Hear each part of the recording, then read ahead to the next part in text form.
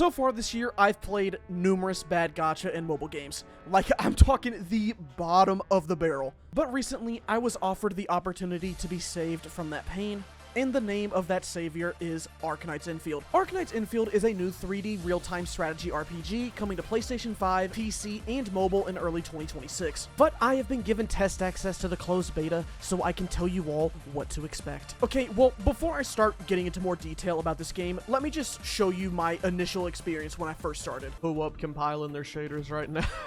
Who are you? Oh, the game hasn't even started yet, and we're getting psychological what? Normally I go with the guys in these types of games, but I actually like her design more, so I'm gonna go with this. The hair's really cute. Okay. Other guy just vanished into thin air and she just puffs her collar out. Well, ever since I can remember, I've been popping my collar, popping my... Oh my gosh, what is happening? Whoa, okay, that's cool. Oh, so there's not a charge attack thing. You can just hold down the button and it'll do your attack. Okay, I like that. Perfect dodge. All I need. I ain't pray for these baguettes, I pray for better days. There we go. Just casually ziplining through a bomb strike. Battle skill usage. Press the #1 key to cast the battle skill. Oh, okay, we got a big uppercut. Is this the return of Tornado Uppercut? Tornado uppercut!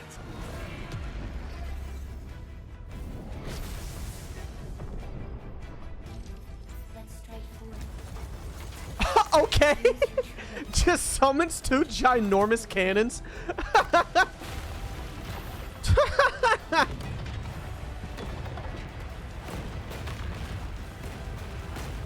Is this the Colossal Titan? Who would win, Levi or Arignis? Do not forget who you are. Remember who you are! That was a lot to take in, but this intro does give you a glimpse of what this game is about. The story, combat, the factory, and the exploration. Okay, well, right now the factory is kind of just the tower defense part, which is a feature, like, of the factories section in total. I'll explain more about that later. Story-wise, the intro takes place in the past, and you then awaken on your ship and have to go down onto the planet Talos II to help Enfield Industries recover from an ongoing attack. As for the combat, the intro teaches you about your attacks, skills, and dodging. We'll go more into detail about these later. For the tower defense section, we get to see the endministrator build a cannon to obliterate some small rock creatures, and finally for exploration, there's a stamina bar, zipline system, and beautiful environments to look around with. These 4 elements of the game are what we're mainly going to be looking at today, and we'll start with the story first since it's going to be the shortest section. Our protagonist is dealing with some amnesia, but it turns out that our MC is one of the key figures of Enfield Industries, which is a company that's a pioneer in technology for this universe, aka they're the big dogs. The story takes place on Talos II, which is a satellite of the gas planet Talos. The workers at Enfield Industries are doing business on Talos II to learn more about the planet and its resources, while also expanding humanity's reach and figuring out what exactly is wrong with certain parts of this place. That's all I'm going to tell you for now because I don't like to spoil things in these types of videos, and I don't plan on doing that here, at least narratively, because like I'm going to show you stuff that happens later, like with the gameplay and things. But that's just a very brief glimpse into the story, and if you're not fully hooked onto it, there is a skip cutscene button that does summarize what happens, which is always a nice addition to have. Now for the gameplay, which is primarily split between the combat and the factory. The combat is my favorite part of the game. It runs well, it's smooth, and it's satisfying to do. There are a total of 24 characters so far, with rarities ranging as low as 4 stars up to 6 stars that you obtained through the game's summoning feature. Let's see the animation on this. Oh, okay. That's the summoning animation? Some of my personal favorites are Arklight, Pogrenachik, PogChamp, and Wolfguard because Wolfgang represent.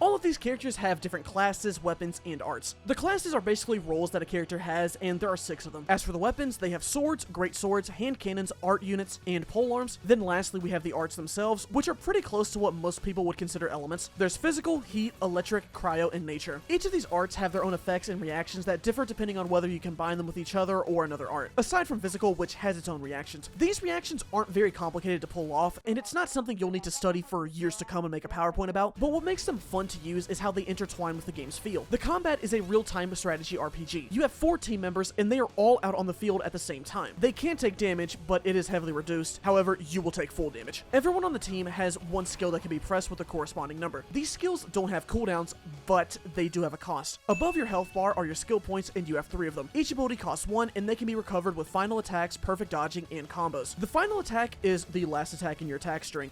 Go figure. After your character does all this fancy work, they will have a glow and unleash a big attack. The final hit is crucial to the gameplay loop, and luckily dodging does not interrupt your attack strings, so you can keep chaining together as many final hits as you can. Perfect dodging is just pressing the sprint button at the right time. It briefly slows the game down, and it gives you an after image because it looks cool.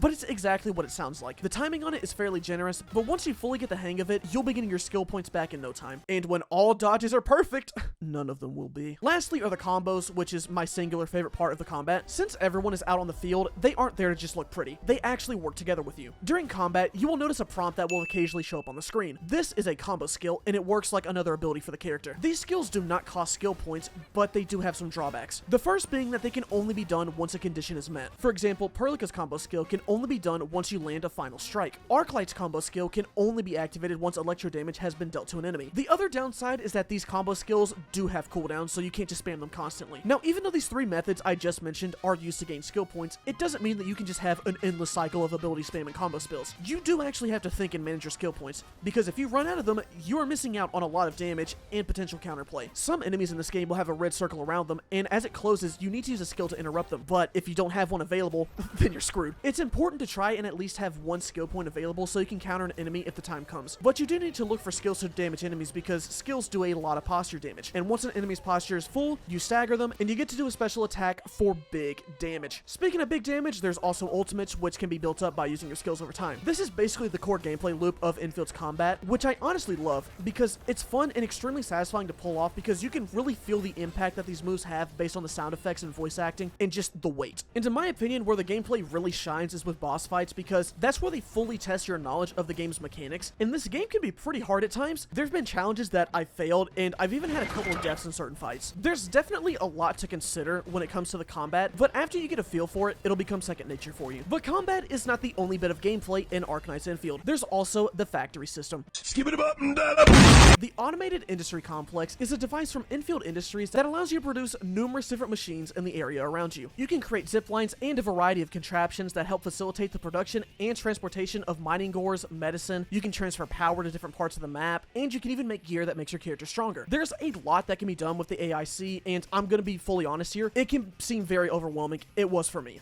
What the? But it is not as confusing as it appears. They hold your hand during the initial production of materials so you know what you're doing, and they offer plenty of tutorials to make sure you understand what is happening. And it's a system that's constantly expanded because with the newest area in the game, Wulang, they added a liquid filtering system which can be used to access different parts of the world. Ignore my death here. And once you've made a certain type of system that requires multiple devices, the game gives you access to the blueprints, which is a godsend. The blueprints make it so that you don't have to set up all the parts individually anymore. All you have to do is select the system type that you want in the blueprint menu and just set it up however you want. Think of it like a burger. Originally, what you would have to do is say you want the bottom bun, the meat, the cheese, whatever other toppings you want, and then the top bun. But with the blueprint, you just say, I want a burger, and then bam, you just get a burger. Americans be like, wow, this is like burger. There's also the defense side to the factory system that allows you to set up gun towers and plenty of other ways to fend off against attackers. Certain bases will have events take place that can act as a tower defense for you. Of course, you can just try and kill the enemies yourself, but like, why would you do that? You have a machine that works for free. The factory system may seem intimidating at first, but it really is not as complicated as it seems. Like I said, the game will make sure you understand what's happening, and it's a pretty important system because it creates the gear that makes your character stronger. The gear machine is what improves the attributes of your character, so that is important to learn. It might seem a little much at first, but once you get the hang of it, it's not bad at all, and it makes the process of getting materials a lot smoother.